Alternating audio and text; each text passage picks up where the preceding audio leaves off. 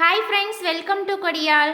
நாம் இப்போ பார்க்க போகிறது பண்டைய உலகின் 7 அதிசயங்களில் ஒன்றான கிசாவின் பெரிய பிரமிட் பற்றி. இப்போ நாம் சொல்கிற தாஜ்மஹால், சீன சுவர் மாதிரி இருக்கிற அதிசயங்களை பற்றி இல்லை. நாம் பேசுகிற இந்த அதிசயமெல்லாம் சுமார் 2500 ஆண்டுகளுக்கு முன்னால், அதாவது கிமு 2560 கிபி 400 வரை காலகட்டத்தில் இருக்கிற அதிசயத்தை பற்றி. அதாவது அந்த காலகட்டங்களில் இருந்த உலக அதிசயங்களான ஒலிம்பியாவில் உள்ள ஜிஎஸ் சிலை, பாபிலோனின் தொங்கும் தோட்டம், அலெக்சாண்ட்ரியாவின் கலங்கரை விளக்கம், ரோட்ஸ் கொலோசஸ் சிலை, ஆர்டெமிஸ் கோயில், ஹாலிகார்னாசஸின் கல்லறை மாளிகை, இந்த 6 அதிசயங்களும் பூகம்பம், தீ விபத்து அல்லது படையெடுப்பால் அழிந்துவிட்டன. ஆனால் சுமார் 4600 ஆண்டுகளுக்கு முன்பே கட்டப்பட்டு இன்று வரை காலத்தை வென்று நிலைத்திருக்கும் ஒரே கட்டமைப்புனா அது கிசாவின் பெரிய pyramid, the great pyramid of Giza. இது வெறும் சுற்றுலாத்தலம் மட்டும் இல்லை, 4000 வருஷத்துக்கு முந்தைய காலத்தோட அறிவை பற்றி சொல்கிற ஒரு கால எந்திரம். இது பாரோ குஃபு அப்படிங்கிற அரசரோட கல்லறை இல்லாட்டி அவரோட இறுதி இருப்பிடம்னு வரலாற்று ஆய்வாளர்கள் சொல்கிறாங்க. கிரேன் போன்ற நவீன இயந்திரங்கள் இல்லாத அந்த காலத்தில் வெறும் செப்பு கருவிகளையும் கயிறுகளையும் பயன்படுத்தி யானையோட எடைக்கு சமமான கற்களை வானுயரத்துக்கு அடுக்கி ஒரு துல்லியமான ஜியாமெட்ரிக் அதிசயத்தை எப்படி செஞ்சாங்க? ஒருவேளை நாம் இழந்த ஒரு மாபெரும் பண்டைய தொழில்நுட்பம் அங்கே இருந்திருக்கலாம். அதைத்தான் இன்னைக்கு நாம் தேடி பயணிக்க போகிறோம். வாங்க.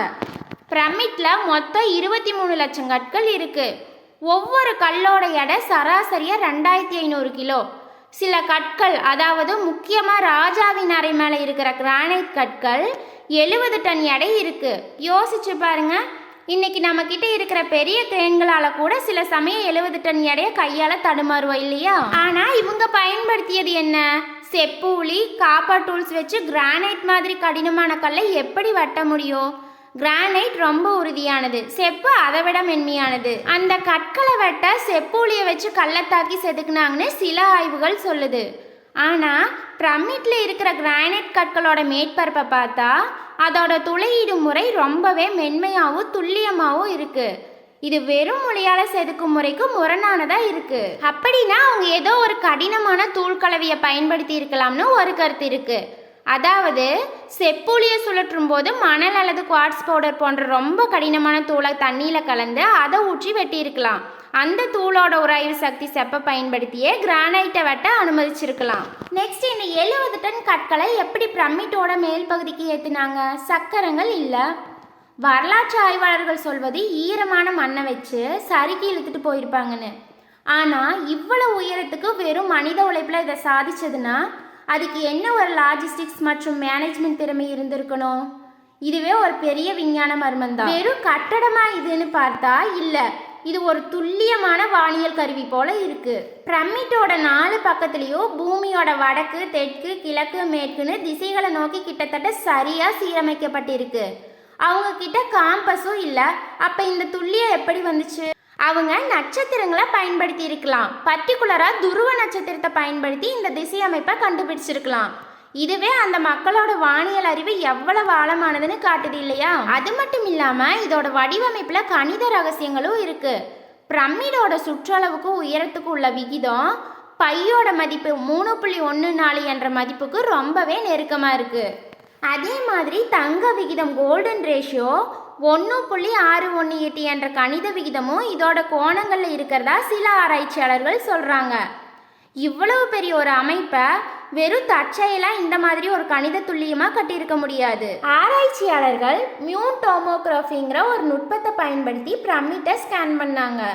இது என்னன்னா, விண்வெளியில் இருந்து பூமிக்கு வர மியூயோன்கிற அணுத்துகள்களை வச்சு அந்த பொருட்களோட அடர்த்தியை அளவிடுறது.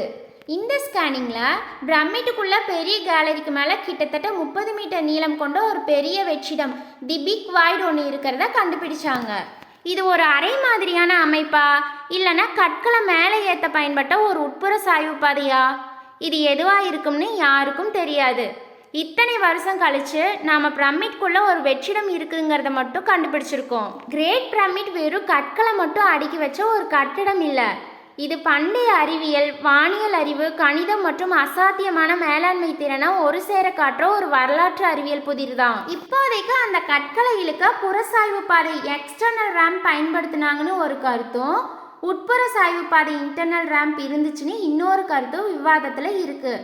ஆனால் 70 டன் எடைக்கற்கள் எப்படி மேலே போச்சுன்னு தெளிவான ஒரு பதில் இன்னும் கிடைக்கல. ஆனாலும் இப்போ நாம் கண்டுபிடிச்ச பெரிய வெற்றிட ரகசியத்தை பற்றி ஆராய்ச்சி செய்ய ஆராய்ச்சியாளர்கள் ஸ்கேன் பிரமிட் திட்டம் மூலமாக புதிய கருவிகளை உருவாக்கிட்டு இருக்காங்க. இந்த மர்மம் இன்னும் முடியலை. மேபி ஃப்யூச்சரில் கிடைக்கலாம். இந்த பிரமிட் நமக்கு சொல்கிற ஒரு உண்மை என்னன்னா, கற்பனை செய்ய முடியாத சவால்களுக்கு மத்தியிலும் மனிதர்களால் காலத்தின் தடைகளை தாண்டி சாதிக்க முடியும் அப்படிங்கிறது தான். 4000 ஆண்டுகளுக்கு பிறகும் நாம் இன்னும் விடையை தேடிட்டு இருக்கோம்னா நம்ம அறிவியலின் பயணத்தில் ஒருபோதும் முடிவில்லை என்பதை காட்டுது. இவ்வளவு பெரிய அறிவியலை நம்முடைய பண்டைய மக்கள் வெறும் செப்பு கருவிகளை வச்சுதான் சாதிச்சாங்களா, இல்லைன்னா நாம் இழந்த ஏதோ ஒரு மாபெரும் தொழில்நுட்ப அறிவு அங்கே இருந்துச்சா? உங்களோட கருத்துக்களை கமெண்ட்ஸில் சொல்லுங்கள்.